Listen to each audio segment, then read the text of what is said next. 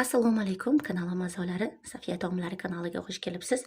Bugun men sizlarga oson usulda qish uchun tokbarg bekitishni ko'rsatib beraman. Buni oldin ham ko'rsatib berganman. Juda ham ko'p bekali so'rashdi, yana bir marta ko'rsatib bering deb. O'shaning uchun yana bir marta ko'rsatib berishga qaror qildim. Hozir mavsum, bilasizlar, hamma tokbarglarni yopsa bo'ladi. Mana barglarni ertalab terib qo'ydim, ozgina so'lib turishligi uchun. Ko'rib turibsizlar, suv tekkizmadim, yuvmadim. Bonkalarni, krishkalarni oldindan steril qilib olganman. Bonka ham, krishka ham, barglar ham suvoy, ya'ni quruq bo'lishi kerak. Suv tekkishi kerak emas, agar suv teksa paxnab qoladi.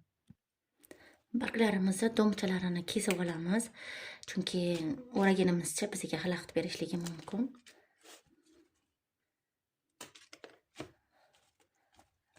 Hamma barglarimiz mana shunday qilib domlarini kesib yopish uchun tayyorlab olamiz. Mana barglarimizni domlarini olib tozalab oldim.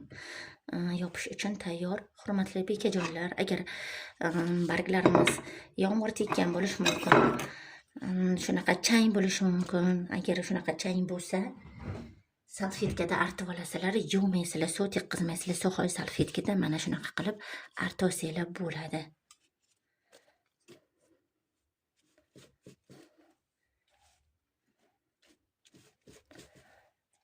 5 ta 6 ta bargimizni xuddi shunaqa qo'yib, qilib ustma-ust qo'yib, mana o'rab olamiz.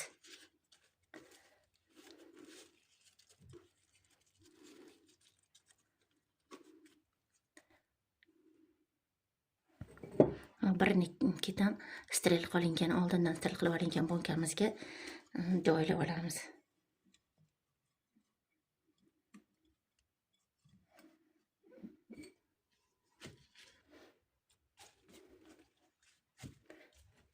Barglarimizni mana xuddi shunday qilib ketma-ket joylashtirib olamiz. Sizlarga ekranda yaqinroq ko'rsataman. Mana barglarga hech qanaqa suv tekkani yo'q. Xuddi shunday qilib o'rab bonkamizga joylaymiz. Bonkamizga kichkinalik qildi. 1 litrlik bonka edi.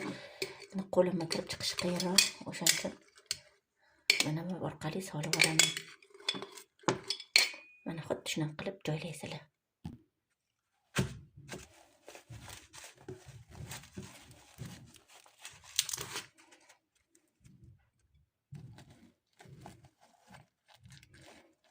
Ustidan bosib qo'yasizlar.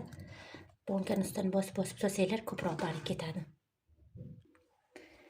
Mana hurmatli bekajonlar, barglarimizni bonkamizga joylab oldik. Mana ko'rib turganinglardek, endi oldindan steril qilib olingan quruq krishkani ustiga qo'yib, bonka yopgich bilan yopib tashlayman.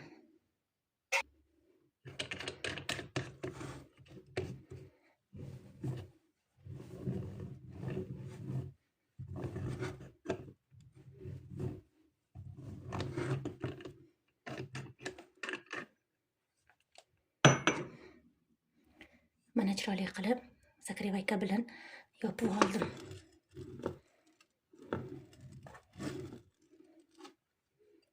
Mana nasib bo'lsa qishda mazza qilib do'lma qilib yesak bo'ladi. Mana hurmatli bekajonlar, bonkalarni yopib oldim, barglarni solib, chiroyli qilib yana bir marta eslatib o'tib ketaman. Bonka ham, barg ham, krishka ham quruq bo'lishi kerak. Suv tekmasligi kerak. Aks holda paxnab qoladi. Mana chiroyli qilib yopib oldim.